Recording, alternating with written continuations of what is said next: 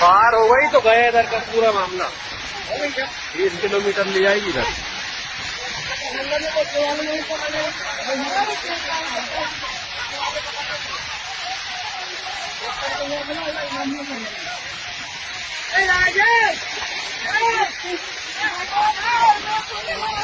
भाई मत रो, रोने से कुछ नहीं होगा।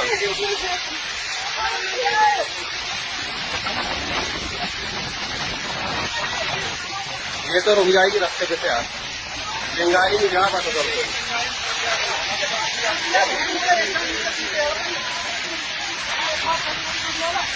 अरे नानिया को बोला ना यहाँ ट्रैक्टर चला लेके जा रखा है।